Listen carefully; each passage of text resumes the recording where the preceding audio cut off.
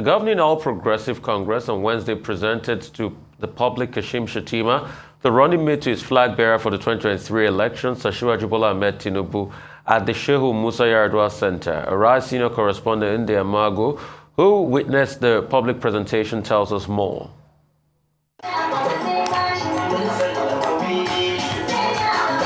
That was the moment the chairman of the All Progressives Congress presented the former Borno State governor, now the vice presidential candidate of the party for the 2023 elections. The event kicked off in earnest with a welcome address by the National Secretary of the party, Senator Yola Omishore. Then it was the turn of the chairman of the APC Progressives Governors Forum, Atiku Bagudu, who described Kashim Shettima as the finest. Kashima is competent, committed, a bridge builder, does not like US people around him, and is passionate about reading. These are not my words, but the words of the chairman of the Governors Forum and governor of Ekiti State, Kayode Fayemi. Then came the high point of the occasion, the presentation to the public of Shettima by the chairman of the party, Senator Abdullahi Adamu. As national chairman of our great party, APC, it is both my honor and duty to unveil this distinguished son of our dear country, the APC vice presidential candidate in the 2023 presidential election is distinguished Senator Kashim Shettima. This is our vice presidential.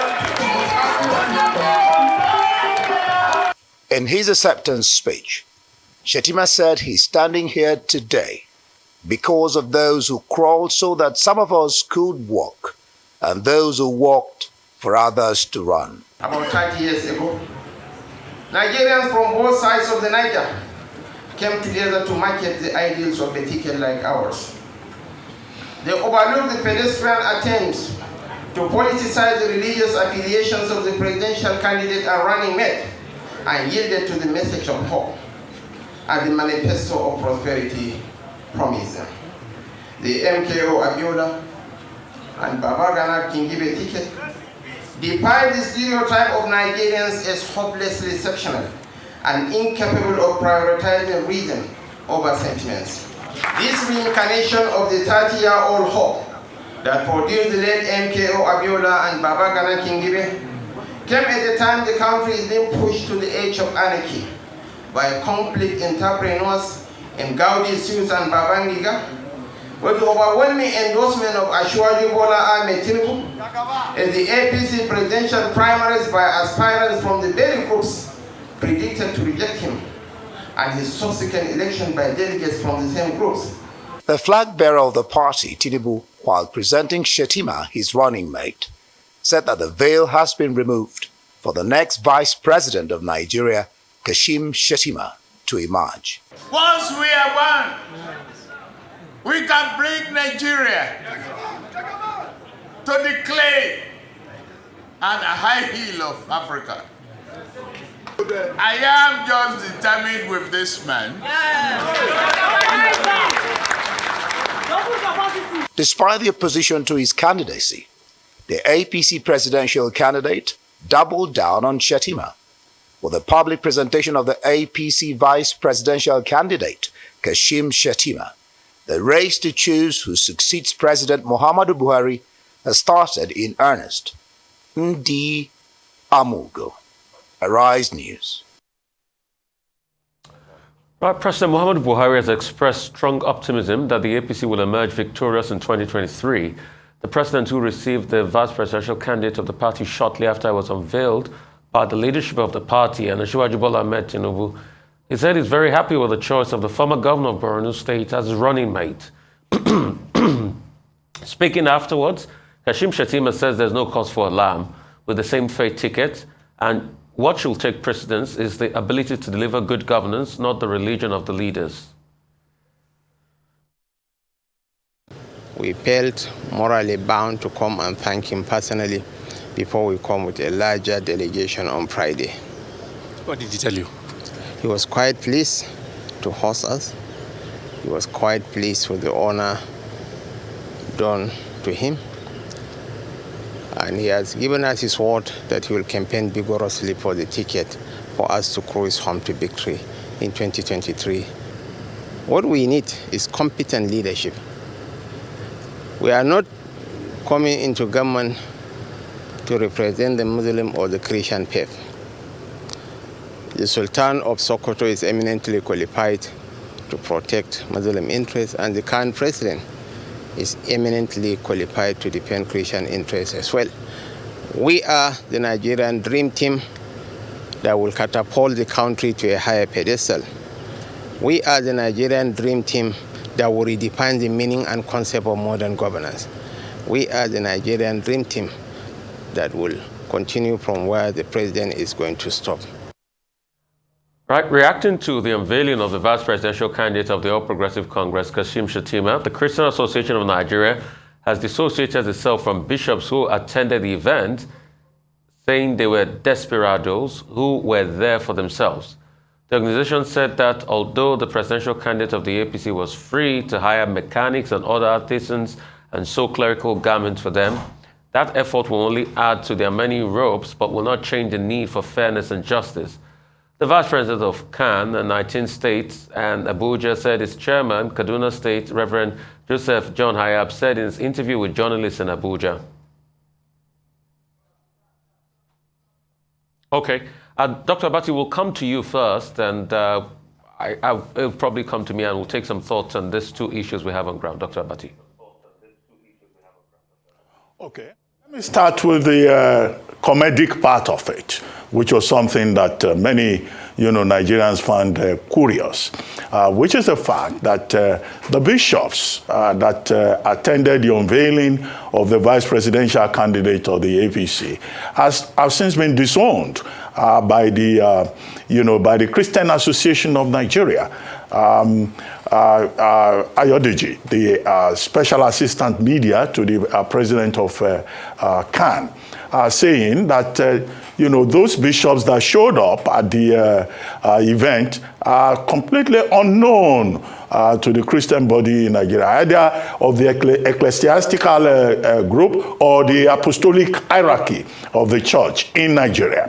And persons have even raised questions to say, well, what is the purpose of these, bishops suddenly showing up at a party event? And the man articulating that is Reverend Hayab, whom you quoted earlier on. Reverend Hayab is saying that, look, why are Christian bishops being invited to a party event? That it marks of desperation. Desperation in form of an attempt by the APC to validate the choice of Kashim Shettima on a Muslim ticket. And he restated, both he and the SA media to the CAN president, restated the position of the church in Nigeria, as has been articulated by various groups, namely that a Muslim ticket, as decided upon by the All Progressive Congress, would seem to fly in the face of reality and the principles of equity and justice. However, the event took place. That event that took place should have been held last week, but it was postponed by a week.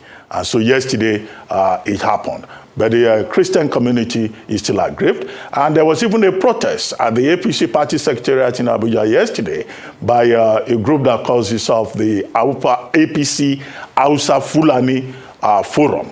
There's also the coalition of APC support groups, who earlier had also petitioned the chairman of the party to say that they think that a younger person should have been chosen. However, it is clear that the presidential candidate of the APC has decided on this Muslim ticket. But I don't think that the controversy will go away. But as we have said consistently, the news in that regard is that the people of Nigeria, have a choice out of 18 political parties. Now, another thing to note as part of the protest, I guess, was that no APC a leader from the southeast showed up at that event, we've been told. There's been no statement indicating that this was a deliberate boycott, but their absence, at that event would seem to speak volumes.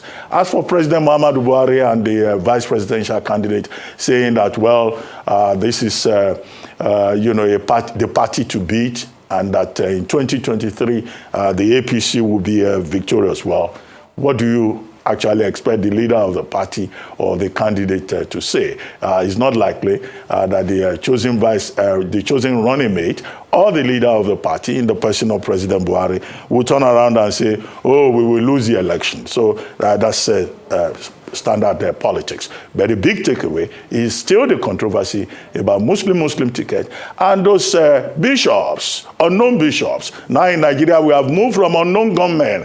We are now having to deal with the sordid reality of unknown bishops. Some people have said this is sacrilegious. Some people have said, well, now we are in the age of fake pastors. You can rent policemen. Now it looks like you can rent bishops too. But some people looked at those people and they said, no, this one looks like a Jude, who is a mechanic in Oshodi. They spotted another man. They said, no, this man is a member of a Nigerian Union of Road Transport Workers. But they showed up in bishop, cassocks and habits, and some of them were worn wrongly, as has been pointed out by those who should know. Right? Well, for me, I just feel.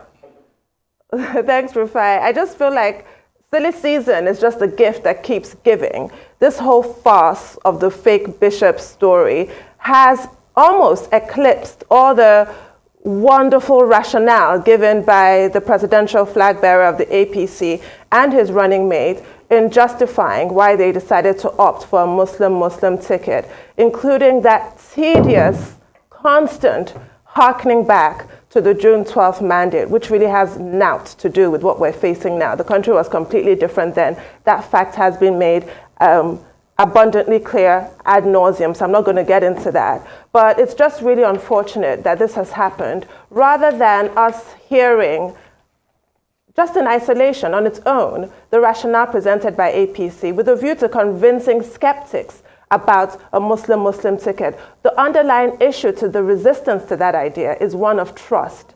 And rather than us being wooed as a general Nigerian electorate and persuaded with really, valid points and doing the work to actually reach out to stakeholders and slowly and possibly surely bringing everybody on side, or as many of the stakeholders as possible on side, somebody had the bright idea of having these bishops for the optics, and it appears to have backfired. Now the Christian Association of Nigeria has thrown down the gauntlet and is challenging the APC to provide details of these people that they are alleging that they don't know. And I do hope the APC takes that challenge and provides those details. It's extremely important for the organizers of that event to not have been found to have dressed people up in bishop's garb. That would be monumentally embarrassing. So I do hope that this story will be debunked, and I'm holding out that hope, in spite of the fact that according to social media, they've already been tried and convicted on those charges of trying to mislead Nigerians. To what effect? To show that the clergy is in support of a Muslim ticket. The clergy could have been in support of a Muslim ticket if the hard work had been done to reach out across all boundaries and done the actual persuading. Now, with regards to President Muhammadu Buhari's confidence in his party's victory, well, what else is he going to say as the leader of the party? It would be really untoward if he said anything else. And I think that ordinarily, it might make people a bit apprehensive. There might be some trepidation when a president is said to be expressing this kind of victory so far ahead of the elections. One might fear that that might mean that the president or the presidency or the ruling party or what have you are going to bring to bear the whole force of federal might. But because President Muhammadu Buhari has established himself as really a real advocate for free and fair elections, and really is at the vanguard of electoral reform because he signed that all-important electoral amendment bill, no matter how long it took him to do it, and because of his really rather effusive congratulations to Governor-elect Adeleke of Osun State, who's of a different party from PDP, the opposition. It does indicate that all the fears and worries that might have been bought in now about the use of federal might as nothing to worry about, that it does appear that the APC is confident based on their own merits rather than any attempt to rig. That's the only sort of parallel that I can see to June 12th in terms of a free and fair election, which is what we hope to have come next February. Rufai. Thank you so much, Tunde and Dr. Abati. It's very interesting what our nation has become. But at first, I'd like to say congratulations to the APC for presenting their running mate in the presidential ticket, and congrats to them. Wish them a lot of luck in the elections. But it's very funny, the circus our country has become, that poverty and unemployment is so high now that you can pretty much rent a bishop. And that's the country we have today. There are copious evidence that I will want the APC to debunk as regards those bishops pulling their tires after they put on the attire they wore for the circus show, as 30 bishops going there to endorse a ticket. And I hope those bishops, those 30 bishops that went in there, did not take the 30 pieces of silver. Because poverty is so high in this country now that every Tom, Dick, and Harry can probably become Judas Iscariot. And it's very sad what our country has become. I thought the argument advanced prior to this time was religion doesn't matter. So if religion doesn't matter, why do we need 30 bishops to show endorsement for a particular Muslim ticket? Also, the arguments are flat on ground because I've heard more arguments on ground as regards the Muslim ticket. And for me, as an analyst, I just want Nigeria to do well, understanding the fact that Nigeria is split down the line across religious grounds. And I want the country to do well. I've heard arguments that why is it that most governors and deputy governors in the South are Christians? And why is it that most governors in the North are Muslim? The truth has to be said. That's why we want a balance on the ticket. Because we know that there's something called the Christian South that was propagated by the politicians and a Muslim North that was propagated by the politicians. Because these same politicians that deemed it fit in 2015 to balance the ticket because of the division they have created, now, because it's convenient for them, want a Muslim ticket. So, yes, you might have a lot of Christian governors in the South and a lot of Muslim governors. And that's why we say, for national spread and balance, you must have a Christian and a Muslim on the ticket. And if you think religion doesn't matter, I would like to recommend the book for further reading. You can read Professor Olufemi Vaughan's book, Religion and the Making of Nigeria. Professor Olufemi Vaughan is one of the greatest authority as regards the religion, evolution, and political landscape of Nigeria. Very copious historical data that even talks about the antecedents of Sharia law in the early 2000s and the likes. That's a good read. Secondly, I've been heard a lot of arguments about comparing us to Western nations, comparing us to the UK, that we can see Kemi Badenoch was running for PM, religion doesn't matter, his competence. The truth we forget in a hurry that England, the head of state of England, which is the Queen, is the head of the church. And the government in England still pays to maintain most of the churches you see under the Church of England in England. So religion plays a very prominent role in the state. Despite the fact that, Rishi Sunak may emerge as Prime Minister, he will be swearing his oath of office with the Bhagavad Gita, being a Hinduist. But the truth has to be said, there's religious tolerance, but at the top echelon in Britain, there's still, a very strong tilt towards Christianity. Just like in Congo, where you cannot win elections without the Catholic Bishops' Conference in Congo. Just like in Senegal, where you cannot win elections without the Murid Brotherhood in Senegal supporting you. And when you also look at Nigeria, we split down the middle. Look at the hijab crisis. Look at the recent Supreme Court ruling on hijab. And look at what is happening in society. Look at the 2016 hijab crisis and religious attire crisis in schools in Osun State. So you see it plays a big role. All I've always called for is balancing things out. But once the APC has made this decision, congratulations for them. They'll stick to it. The people will make their decisions at the poll. But please, let us not put religious garbs on people that are not bishops. It is sacrilegious. It is against the ethics of Christianity.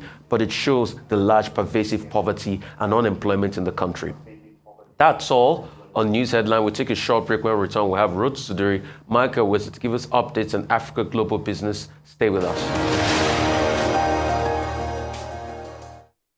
Welcome back right here to the Rise News channel. And our dependable Rotus Sidiri is here to give us Africa Business Update. Over to you, Rotus. Good morning, Rotus. Good morning, Rufai. Good morning, Tundu. Good morning, Doctor. Good morning to all our viewers. Actually, Rufai, I was listening to you saying Rishi Sunak is the next Prime Minister of the UK. Ladbrokes, there's actually odds showing that Liz Truss is in the lead to be the next Prime Minister. So I saw that. It might be. It might be, but yeah, she's actually in the lead. It's interesting. I just thought that was to point that out. So we'll see how things turn out there. On the African front, the NCAA, Civil Aviation Authority, has suspended Dana Airlines for a number of reasons. According to them, there was an audit that was taken. In fact, let's look at the tweets. The tweets actually show the statement from the Civil Aviation Authority. So they suspended Dana Airlines operations with immediate effect. The Nigerian Civil Aviation Authority has suspended them and taken away their air transport license, ATL, and air operator certificate, AOC, indefinitely with effect from July the 20th. And if we take a look at the second tweet, where they say that the decision is the outcome of a financial and economic health audit carried out on the airline by the authority and the findings of an investigation conducted on the airline's flight operations recently, which revealed that Dana Airlines is no longer in a position to meet its financial obligations and to conduct safe flight operations. It's interesting. There's a website, I think it's African Business Travel or African Travel, on Tuesday or Monday of this week. They put out an article which stated that and I'm only saying this now, I didn't bring it up because something happened. The article was pulled down. The article said that Dana Air staff, upper management, were essentially resigning. This is a notice from Dana Air confirming the fact that their flights have been cancelled. However, this notice, Dana said that it is because an audit is about to begin. Meanwhile, the NCAA said the flights were suspended because the audit has already been concluded. But anyway, African Business Travel had an article saying that staff at Dana were resigning because their salaries weren't being paid. When I clicked on the article, it was no longer there. So it was either because it was false or someone asked for the article to be taken down. And I didn't want to report it earlier in the week because I was like, I don't know what the reasons are. But based on the comments from the NCAA, essentially saying that they are in no position to meet their financial obligations, that lends credence to in that African Business Travel article saying that people were resigning because salaries were not being paid. Now, on their part, this is still linked to issues with where jet fuel is, lack of foreign exchange, and all the other issues that the aviation sector is facing. This is like everything, everywhere, all at once. Where for the past 3 or 4 days now, it's been one aviation airline after another. So now that's aero contractors that's not flying anymore, at least for now, and Dana Air that's not flying as well, which now, even when they were flying, there were still issues of people not taking off on time, people being delayed at airports. So you can imagine what the impact of this would be. Also think of the impact on their staff, whether as far as salaries being paid and other operational costs that need to be met, and what the impact is going forward on jobs for those particular airlines. So it's just not good. But safety first, that really does need to be emphasized. It was just yesterday that we talked about that emergency landing that Dana Air had at the Nnamdi Azikiwe Airport in Abuja.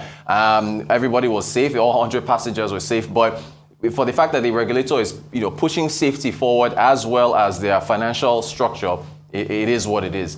We move to bread. The Premium Bread Makers Association of Nigeria is warning that they're going to go on strike unless there is an intervention from government.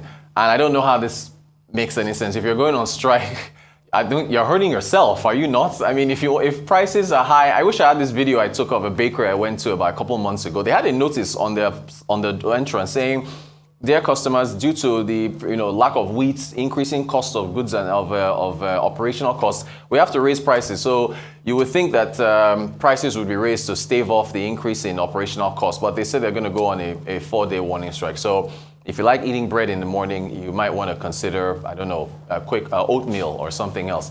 We move to South Africa. South Africa's inflation rose to a 13-year high, 7.4% in June. It was 6.5% in May. It has broken past the inflation band for the Reserve Bank of South Africa for the second month in a row. It's the same story as it is everywhere else. Food, fuel, and other pressures that are pushing inflation upwards. And this comes to, actually today, that the inflation came out yesterday. Today, the Reserve Bank of South Africa and Lesotho Kangano, who is the governor, will be making a decision on the monetary policy rate. So the MPC meeting for South Africa, they are going to be meeting today. I think about 1 p.m. Nigeria time is when we will get that decision.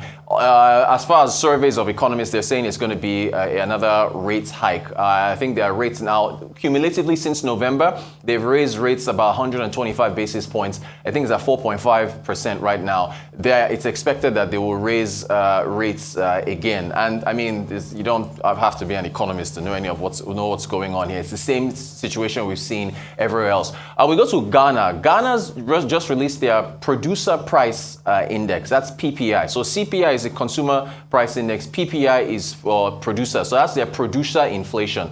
Look at that. It's 38% for June. I think it was revised in May to 33%. Incredibly high. The same pressures that consumers are facing in Ghana is the same pressures that producers are facing. So this is producer inflation, PPI. On Monday, the Bank of Ghana will be making its own rates decision. I am very curious to see what Ghana is going to do on Monday. They have been hiking. How much further can you go? So we'll find out what happens on Monday, and that is our Africa Business Update. All right, a lot to talk about, Rotus, but we saw it coming as regards the airlines.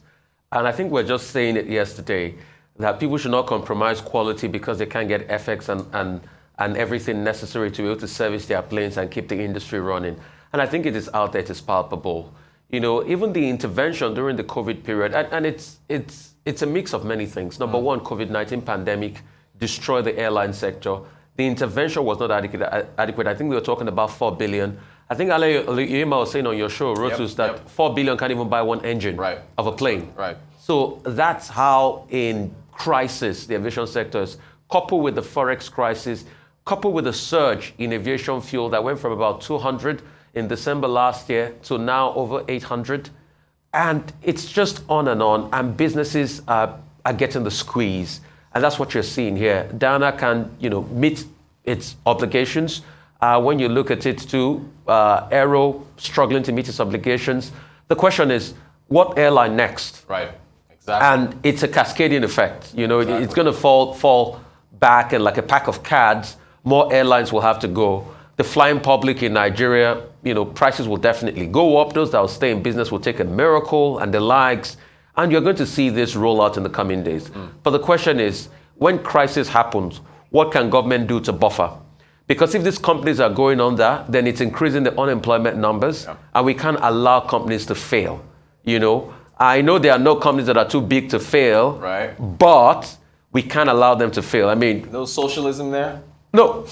I know there are no companies that are too big to fail, but we can't allow them to fail. You know why? Yeah. Because it has a knock-on effect on the confidence on capitalism and what societal outlook should be like.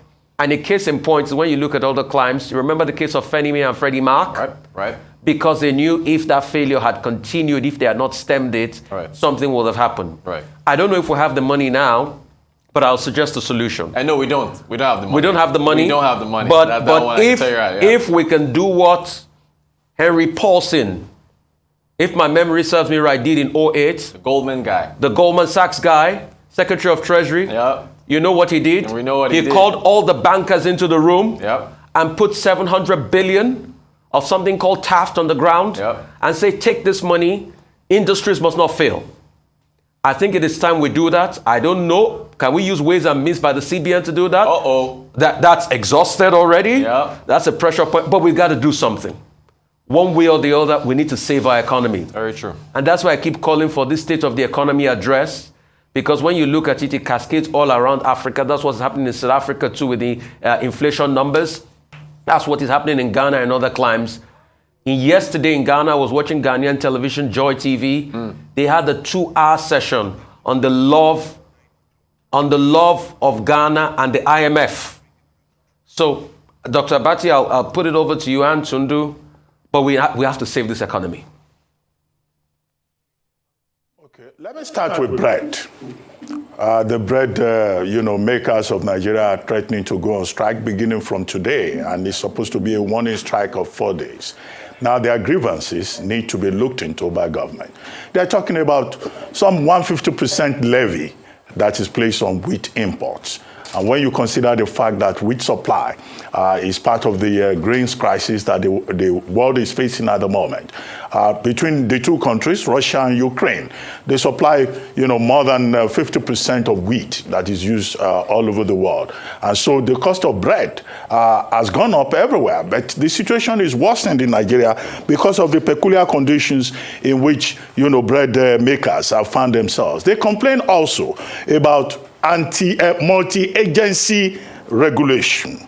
And also, they are asking that they should be given access to grants and loans made available by the Central Bank of Nigeria to promote medium and small-scale businesses. They are also saying, and this is to the point you made earlier on, Rotus, about, whether, going on strike is the solution. They met, they say, many times with the Federal Ministry of Trade and Investment, and that all the meetings yielded no result. Why should the Nigerian government be interested in this? A bit of it is historical. On July 14, 1789, when, the aggrieved poor people of France stormed the Bastille, they were not going to the Bastille to go and steal arms. They were going there to look for bread. Okay, and that was a major catalyst of the French Revolution that followed. Now, there were other factors, but food crisis was part of it. The Boston riots in the 18th century was as a result of food problem, food shortages. You've had, riots in other parts of the world over salt. And so food is an important ingredient, and I don't think that the Nigerian government can afford a situation whereby, the people will not be able to eat bread anymore, which is probably one of the most staple items on the menu in many families. And of course, the apocryphal thing about Antoinette telling people that, if they don't have bread, give them cake. Well, that's apocryphal. Thank you. But yes, it's apocryphal. But it points to the fact that, food can be a catalyst for crisis in a nation. And for a government that says it's committed to agriculture and food security, the bread makers, they deserve attention, just as others deserve attention too. Finally, on the aviation matter, okay, it's Dana here that, NCAA, the regulator, has suspended, quoting the laws, Section 35 of the National Civil Aviation Act, Part 1 of the NCAA guidelines. Okay, they can keep quoting the law. They may find themselves in a situation whereby they will still have to suspend more airlines because the aviation sector in Nigeria is in a mess. It's not only staff that will be impacted, passengers too will be impacted.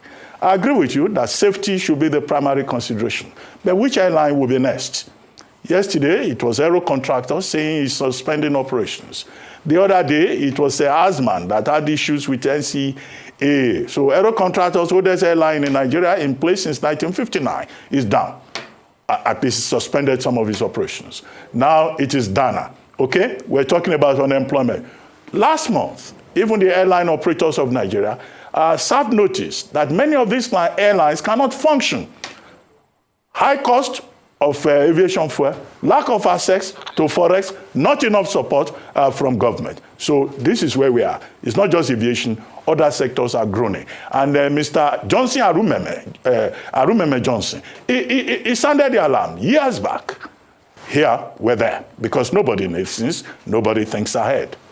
Right. Thank you, Dr. Abati, for clearing that up with regards to Marie Antoinette. I never miss an opportunity on this show to talk about how lies just stick to deceased historical figures. She never said that. It was said before she was actually born. She has her flaws, but not that. But the reason why that quote has stuck, let them eat cake, just complete insensitivity from the ruling class, is because that is what is observed in different countries, different generations. That complete insensitivity is a fact. So with regards to this strike by the Bread Makers Association, I do think that there's some low-hanging fruit in their demands that ought to be attended to immediately. And yes, I'm aware this week, Rotus, with some of the stories that you've shared with us, we have been sounding a bit like let them eat cake when we talk about how all these airlines have to increase their prices. But the bottom line is really about safety. It's not about elitism of any kind. It's about safety. So I think the NCCA should be commended for actually doing their job and taking what they rightly describe as preemptive action, because we have seen the tragic results of sometimes that action not being taken in this country with our really, truly sad history of plane crashes in this country, which must never happen again. So it's just really for the airline to just right all the wrongs, dot the I's and cross the T's at this point. And regards to ways and means, that simply is not a solution, because already we have the federal government owing 19 trillion naira. So that's not a magical wand to be waved at this problem, which is part of why we have the kind of galloping inflation that we do. Right. Thank you so much for the insights, Dr. Batitundu and Rotus. But we have to get the money from somewhere. It's got to come from somewhere. All right. We'll move on to Michael Wilson and New Jersey's from London. Great to have you. Good morning, Michael. Morning. So basically the Bank of Japan's keeping its ultra-loose monetary policy. So really the Nikkei up a little bit today. I mean, basically things are fairly mixed at the moment. Everybody is waiting on whether or not Russia will supply gas. So far it looks actually quite positive, but I'll come on to that a little bit later. As far as Australia is concerned, Rio Tinto shares fell. What they've done is they paid off the money that they actually owed the government. Hang Seng's down a bit too. The Shenzhen composite down marginally. We're keeping a narrative going, obviously, on COVID-19. We know what the policy in China is, zero COVID, and they've had a few more cases overnight, but so far the industrial and financial centres are not locked down. So that's supposed to be quite good as far as they're concerned. Chinese technology giant Baidu has unveiled a new self-driving taxi. We've had a little laugh about this, haven't we, on the programme before. Apparently, its intelligence rivals a driver with 20 years experience, but they're still going to have drivers there because it actually appears to make sense. It keeps the passengers happy to have somebody sitting there. However, get this, its detachable steering wheel could be replaced by extra seats, vending machines, desks, or games consoles. What on earth would you want to be playing games for in the car? I don't know. But anyway, there we are. That's the news from Baidu. Toyota plans to roll out hydrogen fuel cell trucks, joining ahead in the way the rest of the world is going. Suzuki, Daihatsu, Toyota, and CJBT are also doing this as well. So it's obviously a growth area for Toyota. Now, we have a new administration, or at least we've got a new Prime Minister in Sri Lanka. We talked a little bit about this yesterday. We've reported a lot about what's been going on there. Fiscal reforms are necessary, and they are talking to the IMF. They're also talking to China. But the crucial thing is, of course, until there's actually political stability, nobody will touch Sri Lanka. And it looks like they're getting a little bit of that. Let's hope so. As far as the United States is concerned, stock futures actually slipped a little bit overnight. A sort of gaining day, not a bad week so far as the Dow, the Nasdaq, and the S&P 500 are concerned. However, there's been a warning of what's described as a deep and immediate recession in the United States if it's cut off from Taiwan's chip manufacturing facility. That's according to Commerce Secretary Gina Raimondo. Now, what she's been saying that unless the United States has its own chip manufacture, then it's going to be dependent on overseas security, which he doesn't want to do.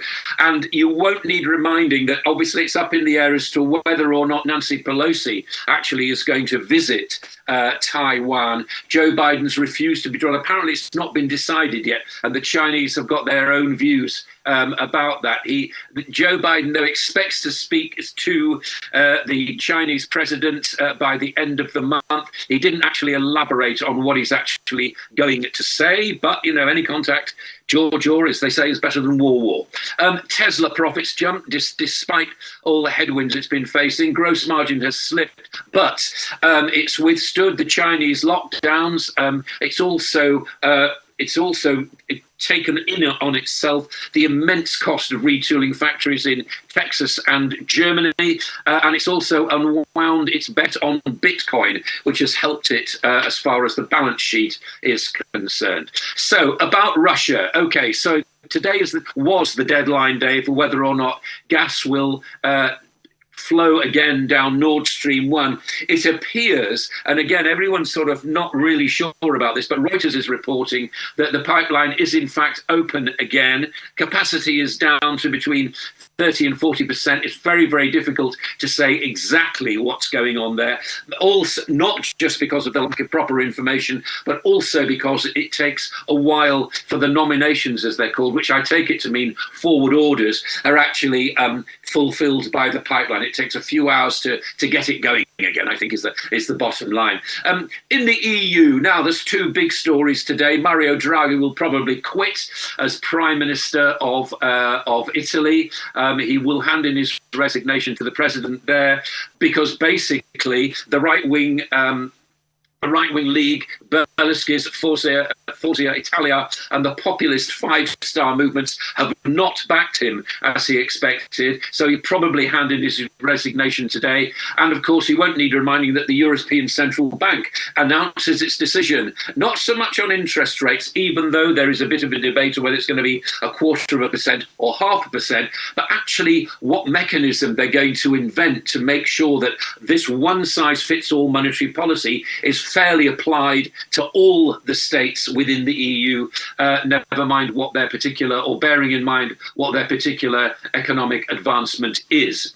As far as the battle to replace Boris Johnson, Liz Truss is apparently the bookies' favourite to take on Rishi Sunak, although she's Foreign Secretary. Now, again, he's a favourite of the party, but the actual members of the Conservative Party, 150,000 of them, in favour of the MPs rather, but the Conservative Party consists of 150,000 people, and that's what the ballot papers are going to be circulated around over the summer. Everybody's saying that it's going to be a summer of big infighting as far as that's concerned. But anyway, down to two, Liz Truss and Rishi Sunak to be the next Prime Minister of the United Kingdom.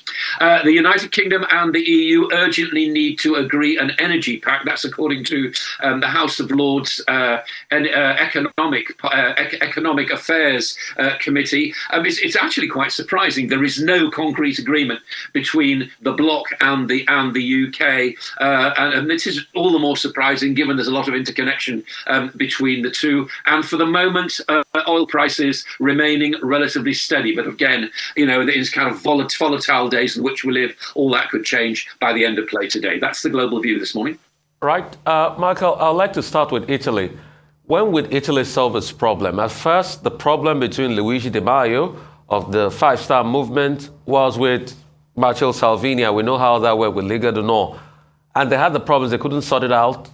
Now they called for a new government. Now Mario Draghi is coming out, despite the reforms he started. What will that do to some money they got from the EU, for instance, and the reform agenda that Mario Draghi had started? Because it was just only yesterday that they met with the president. Mario Draghi met with Sergio Mattarella as regards staying on in power, and the president was saying, no, you should stay on, but he's got no support yet. And secondly, Boris Johnson, with his hasta la vista baby speech yesterday, reminded us of another, what some people will call an impracticable lie, by saying, cut taxes. Is it realistic? Or is it an agenda being mooted by Boris Johnson and his cohorts? Is it realistic to cut taxes when there's high number of debts in the country? Well, you talk about realistic. I'm not sure I would apply that particular adjective to it. I think I'd say, is there a debate? Yes, there is. Clearly, there's a debate, isn't there, between rising interest rates. You don't get growth from rising interest rates. But do you get growth from tax cuts? I mean, that is the eternal debate, isn't it? That's what's to see what might happen. I suspect that's what Liz Truss is going to be talking about. Rishi Sunak won't be, because he is saying that tax cuts have to wait until they can be actually earned. I suspect there might be a slightly more populist view from Liz Truss, but we'll have to see how that is. I mean, this government, or the previous Conservative administration, if I can put it like that, raised taxes to a 40-year high, which we know about. I'm not necessarily sure that helps an economy, but does more growth mean, does more wage growth, does more tax cuts mean more inflation? I don't know. The jury's out about that. I mean, I get the feeling it does, but I don't know, and nor does anybody else, because the world's changed. The world is changing absolutely rapidly, and the uncertainties are no longer there. Italy needs Mario Draghi, I think. I mean, he seems to be, he did his time at the European Central Bank when he said, I'll be the lender of last resort. And I think Italy really needs somebody to grab it and to sort things out there, particularly as it's facing a cost of living crisis, which we all know about. It's providing higher inflation. A lot of people are in poverty in the country, and the tax gathering is not very efficient. So I don't know what's going to happen. I mean, it could all change by the end of today. These things in Italian politics have a way of coalescing, and then there's coalition, and then it all fall apart, and then they start to talk, and that's the way of Italian politics. It's always been fairly fragmentary. I don't know how many governments have there been in Italy since the end of the Second World War. Are we pushing 50 yet? Probably. I think it needs Mario Draghi. For my estimate, I think he's the person to do the job there. It's going to be very difficult. All right, Dr. Bati Antundu.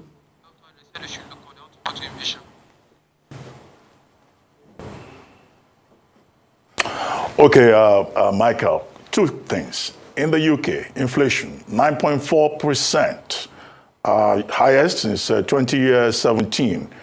Heat wave, up to 40 degrees centigrade. And now you also have a succession battle among the Tories, what is likely to be an even more bitter and acrimonious head-to-head fight between Rishi Sunak and Liz Truss. Now, those 150,000 plus members of the Tory party will now vote and take a decision by September 5, and with a poll saying that Liz Truss is more popular among the rank and file of the party. How strongly would the positions taken by the two of them, affect the outcome by September 5? Liz Truss is saying immediate tax cuts, defend the integrity of the nation. Now Sunak is beginning to shift. He too is beginning to say, well, I'm a Thatcherite, but, I will do tax cuts for growth. Is he shifting because he knows that this will be a major issue as the Tories, make their choice beyond what has happened so far in 5 ballots in Westminster? That's one. The second one, are we witnessing a trend here with Elon Musk, who keeps making promises and he keeps breaking promises?